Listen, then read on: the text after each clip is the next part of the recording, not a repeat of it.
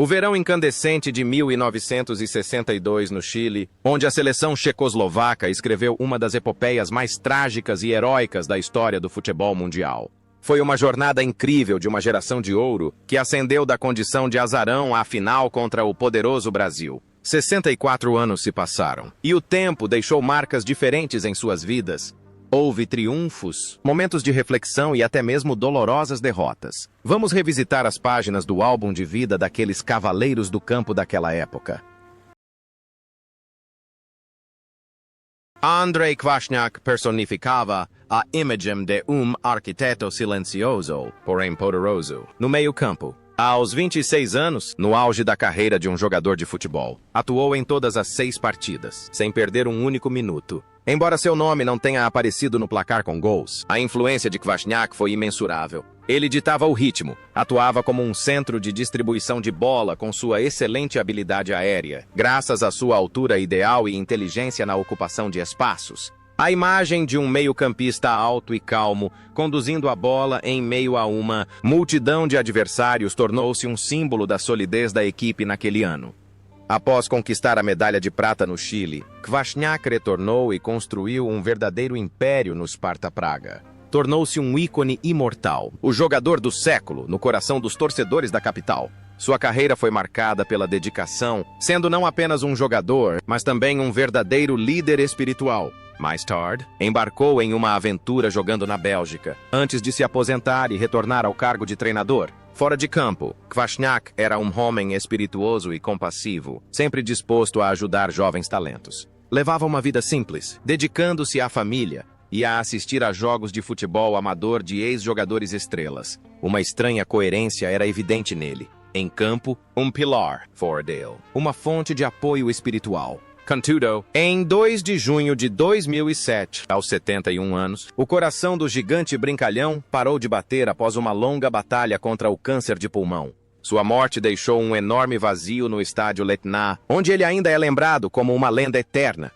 Sam William Cruyff. A jornada da Tchecoslováquia poderia ter terminado na fase de grupos. Aos 30 anos, Cruyff teve um torneio fenomenal, quase surreal, apelidado de O Gato Preto. Ele fez uma série de defesas espetaculares, especialmente contra a Hungria e a Iugoslávia, o que lhe rendeu o prêmio de melhor goleiro da Copa do Mundo de 1962. Cruyff possuía reflexos de fera e uma excepcional noção espacial. Apesar de ter cometido um erro na final, ninguém pode negar que ele foi o herói que levou a Tchecoslováquia até ali.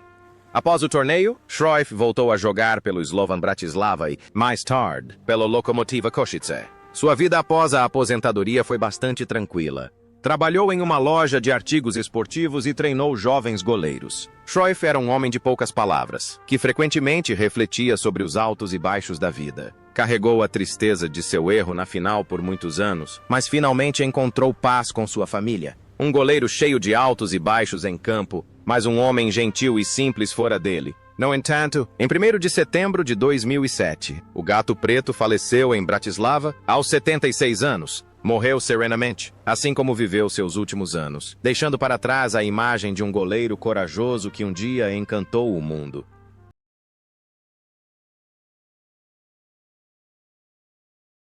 Aos 21 anos, Józef Jelinek era uma das mais jovens revelações da Tchecoslováquia no Chile. Em 5 jogos, Jelinek mostrou-se um ponta rápido e habilidoso.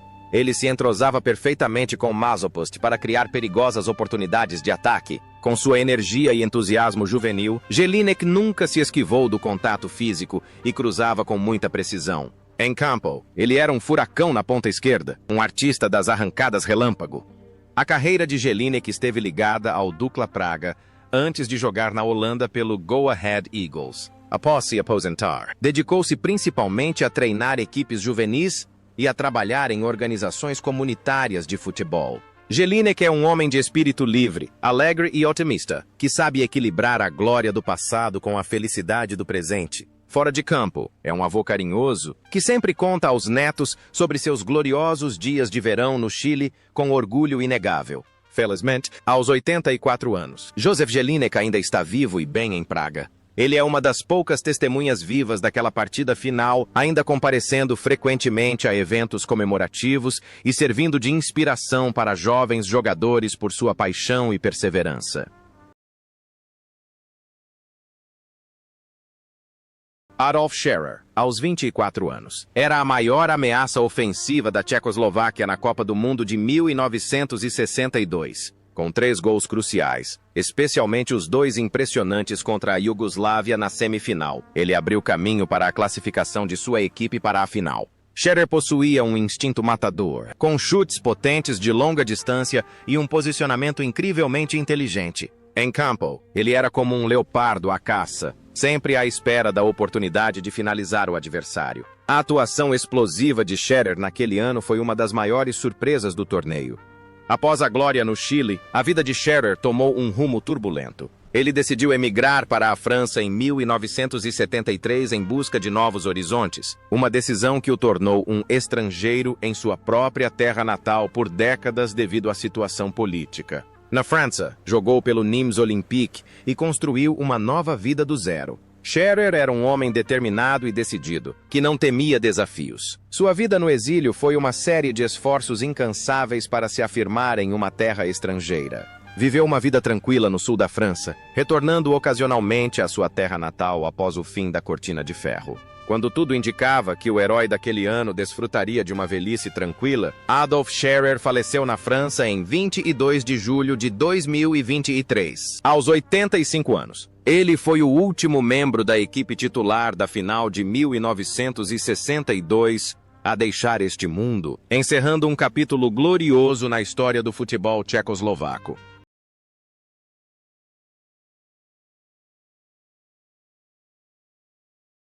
Josef Masopust foi indiscutivelmente o maior artista da Tchecoslováquia. Na Copa do Mundo de 1962, aos 31 anos, Masopust exibiu um estilo de futebol sublime. Ele marcou o primeiro gol na final contra o Brasil, um momento que deixou o mundo sem fôlego. Seu estilo de jogo era conhecido como slalom de Masopust. Dribles delicados e graciosos como os de um esquiador, driblando sem esforço as defesas adversárias. Ele não era apenas um meio-campista, era a alma, o maestro do jogo, com uma visão tática muito à frente de seu tempo.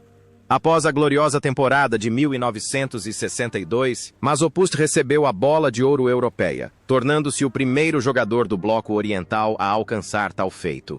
Ele continuou jogando pelo Dukla Praga antes de se transferir para a Bélgica, onde também jogou e, posteriormente, se tornou o técnico da seleção nacional. A vida de Masopust foi um exemplo de humildade. Apesar de ser um astro mundial, ele manteve um estilo de vida simples e cavalheiresco. Sempre priorizou o bem coletivo e era conhecido por seu absoluto espírito de fair play. Seu talento em campo e sua virtude fora dele pareciam se fundir perfeitamente em uma só pessoa. No entanto, essa jornada lendária chegou ao fim em 29 de junho de 2015. Ele faleceu em Praga, aos 84 anos, deixando um vasto legado que incluía não apenas títulos, mas também os padrões éticos de um jogador profissional.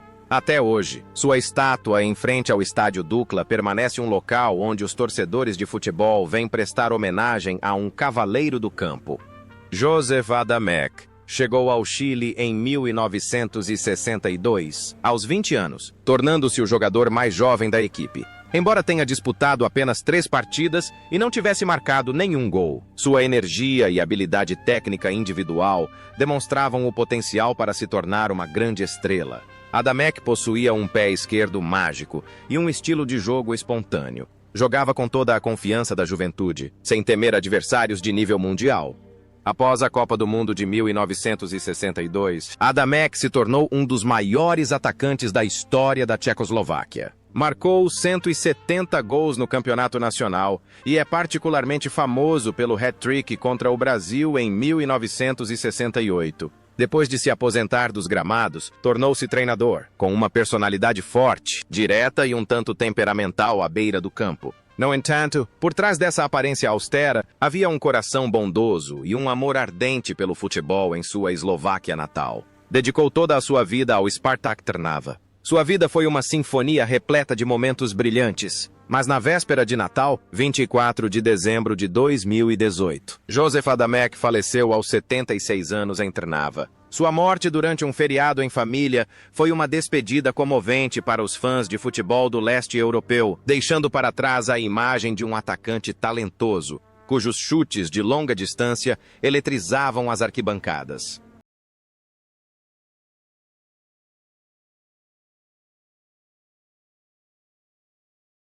Aos 28 anos, naquela Copa do Mundo, Joseph Cadraba era um verdadeiro conto de fadas. Ele não era um jogador totalmente profissional. Antes de ir para o Chile, ainda trabalhava em uma usina elétrica. Mesmo assim, foi ele quem marcou o gol da vitória, um lance crucial, na semifinal contra a Iugoslávia, levando a Tchecoslováquia à final. Cadraba tinha um estilo de jogo poderoso e pragmático, além de uma excelente habilidade no jogo aéreo. Ele representava a classe trabalhadora da Tchecoslováquia.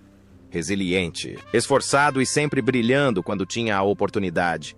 Em 1967, Cadraba decidiu mudar-se para a Áustria para jogar futebol e estabelecer-se, tornando-se um refugiado político após os tumultos em seu país natal. Em Viena, jogou futebol por pequenos clubes enquanto também trabalhava na indústria ferroviária. Sua vida em terras estrangeiras foi repleta de dificuldades, mas ele nunca se arrependeu de sua decisão. Cadraba era otimista, alegre e possuía uma resiliência extraordinária. Ele só retornou à sua terra natal após a mudança do regime político. A força de vontade de um trabalhador nos campos de futebol parece ter se estendido para sua vida, ajudando-o a se manter firme em meio às tempestades da época. Em 5 de agosto de 2019, Joseph Cadraba faleceu em Viena, aos 85 anos. Ele deixou um legado inspirador de como uma pessoa comum pôde marcar a história da Copa do Mundo.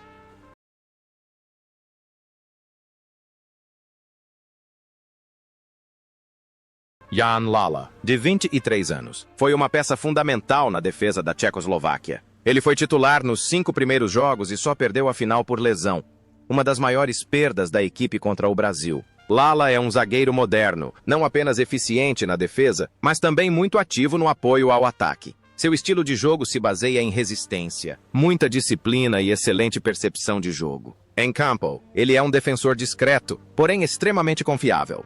Após o torneio, Lala tornou-se uma lenda no Slavia Praga, com centenas de jogos disputados. Curiosamente, após se aposentar, ele não seguiu carreira como treinador, mas sim dedicou-se à diplomacia, trabalhando na Suíça. Sua compostura e inteligência aguçada em campo contribuíram para o seu grande sucesso nessa nova função. Lala era um intelectual, com um estilo de vida elegante, e sempre foi respeitado por sua erudição. Viveu uma vida plena, viajando por diversos países, mas seu coração sempre permaneceu ligado ao futebol tchecoslovaco. Hoje, aos 87 anos, Jan Lala ainda desfruta de seus anos dourados e tranquilos. Ele ainda assiste regularmente aos jogos do Slavia Praga e é a prova mais vívida de que um jogador de futebol pode alcançar grande sucesso em áreas completamente diferentes após a aposentadoria.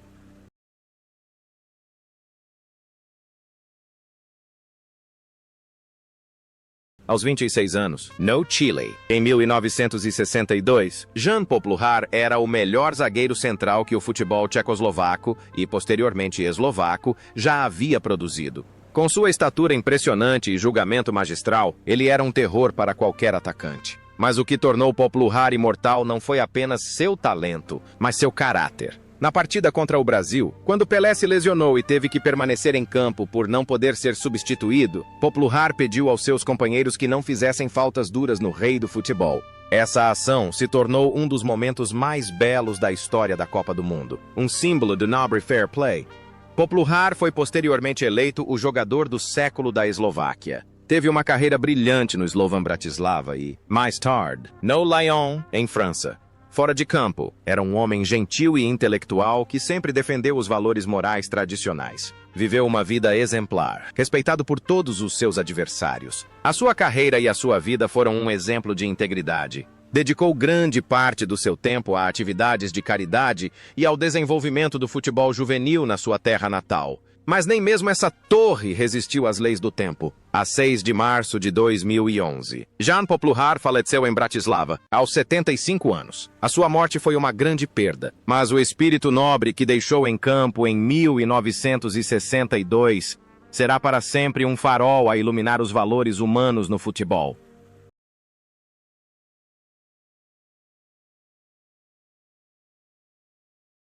Aos 30 anos, Ladislav Novak personificava o espírito indomável da Checoslováquia como capitão, liderando a equipe em todas as 6 partidas no Chile. Novak era um lateral esquerdo completo, um líder que jamais se intimidava. Com 75 jogos pela seleção, detinha o recorde de maior número de partidas como capitão na época. Sua compostura, capacidade de leitura de jogo e espírito de luta inabalável proporcionavam uma base sólida para que jogadores como Masopust brilhassem. Em campo, era um comandante rigoroso, mas também uma figura protetora, como um irmão mais velho, para seus companheiros mais jovens. A carreira posterior de Novak como treinador foi igualmente brilhante, levando o Dukla Praga a inúmeros campeonatos e passando um período considerável trabalhando na Bélgica. Sua vida pessoal foi marcada por disciplina e lealdade. Era um homem reservado, dedicado inteiramente ao futebol e à sua família. Muitos dizem que sua dureza em campo refletia sua honestidade e caráter inabalável fora dele. Ele nunca escolheu o caminho mais fácil, sempre o correto. Em 21 de março de 2011, este grande capitão faleceu aos 79 anos. Sua morte, apenas alguns meses após a de seu companheiro de equipe, Jan Popluhar, foi como uma promessa final entre 2 velhos soldados. Novak se foi, mas o espírito de um capitão permanece como uma valiosa lição para as futuras gerações de jogadores sobre dedicação e responsabilidade.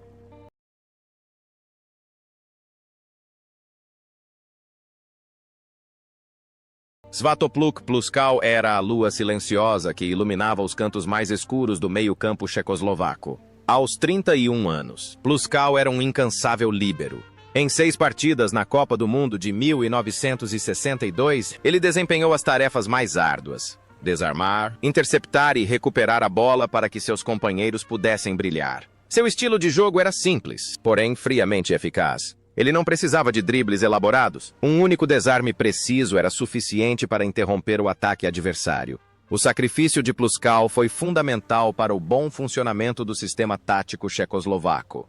Após deixar os gramados, Pluskal tornou-se treinador, comandando o Bohemians Praga e vários outros clubes. Fora dos campos, era um homem de poucas palavras. Introvertido e extremamente humilde, nunca competiu pelos holofotes com ninguém, contentando-se com seu papel de coadjuvante. No entanto, seus últimos anos foram marcados por problemas de saúde decorrentes de lesões persistentes sofridas durante sua carreira como jogador. Sua postura reservada em campo pareceu influenciar estranhamente sua vida, já que escolheu uma vida pacífica e avessa à mídia em Praga. Em 29 de maio de 2005, Pluskal faleceu aos 74 anos devido a complicações de um AVC. O mundo do futebol perdeu um trabalhador incansável, mas seu nome permanecerá para sempre indissociavelmente ligado a Masopust, um testemunho do poder do sacrifício silencioso.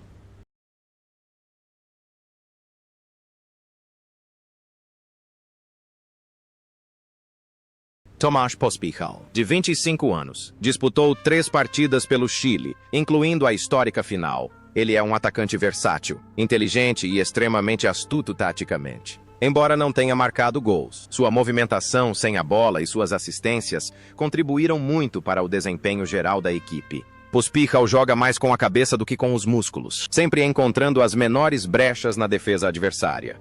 Após sua carreira como jogador, Pospíšal tornou-se um dos treinadores mais lendários da Checoslováquia, levando o Bohemians Praga ao seu único título da liga em 1983. Ele era conhecido por suas filosofias futebolísticas profundas e, por vezes, excêntricas. Fora de campo, era um intelectual, um amante da cultura e possuía uma mente crítica afiada. Ele via o futebol como um tabuleiro de xadrez, com cada jogador sendo uma peça que precisava ser colocada na posição correta. Sua carreira como treinador foi repleta de inovações, mas também marcada por altos e baixos devido à sua personalidade direta. No entanto, sua saúde deteriorou-se rapidamente devido à pressão do trabalho e a problemas cardíacos. Em 21 de outubro de 2003, o filósofo Pospíšal faleceu aos 67 anos. Sua morte deixou um enorme vazio no mundo acadêmico do futebol, onde ele ainda é lembrado por sua frase clássica: "O futebol não tem lógica. O futebol é a vida."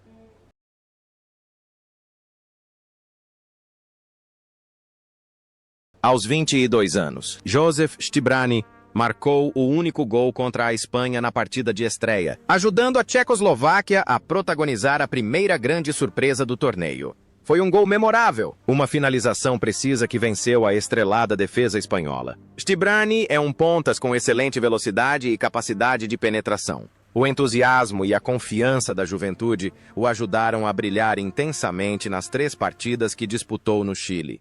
Sua carreira foi posteriormente prejudicada por lesões, forçando-o a se aposentar mais cedo do que o esperado. Stibrani tornou-se então professor de educação física, transmitindo conhecimento e paixão pelo esporte a milhares de alunos. Ele vive uma vida simples em sua cidade natal, Trnava, satisfeito com seu papel como professor exemplar.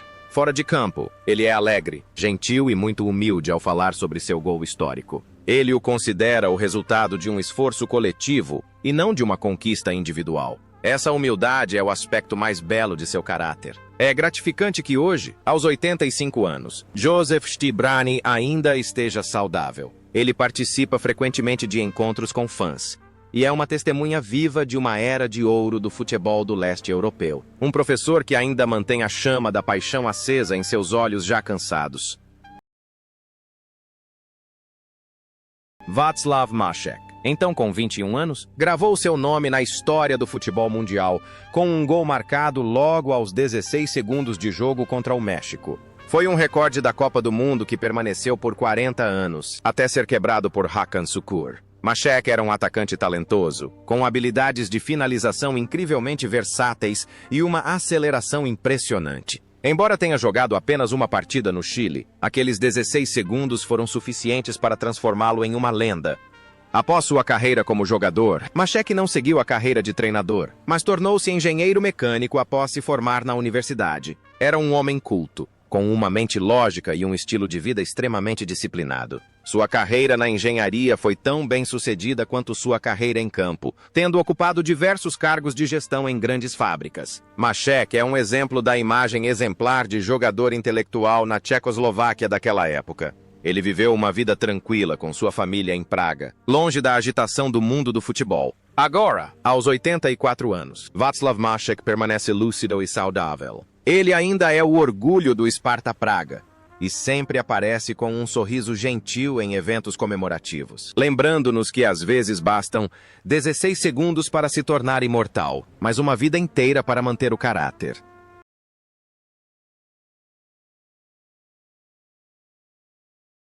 Jiří Tichy, aos 28 anos, é um exemplo de preparo e coragem. Durante todo o torneio no Chile, ele foi principalmente reserva, mas quando Jan Lala se lesionou antes da final contra o Brasil, Tichy foi convocado para enfrentar Garrincha e Amarildo. Ter que jogar a partida mais importante de sua vida sem preparação mental prévia foi um desafio enorme. Mas Tichy jogou com muita garra, ajudando a defesa tchecoslovaca a se manter firme durante boa parte do jogo.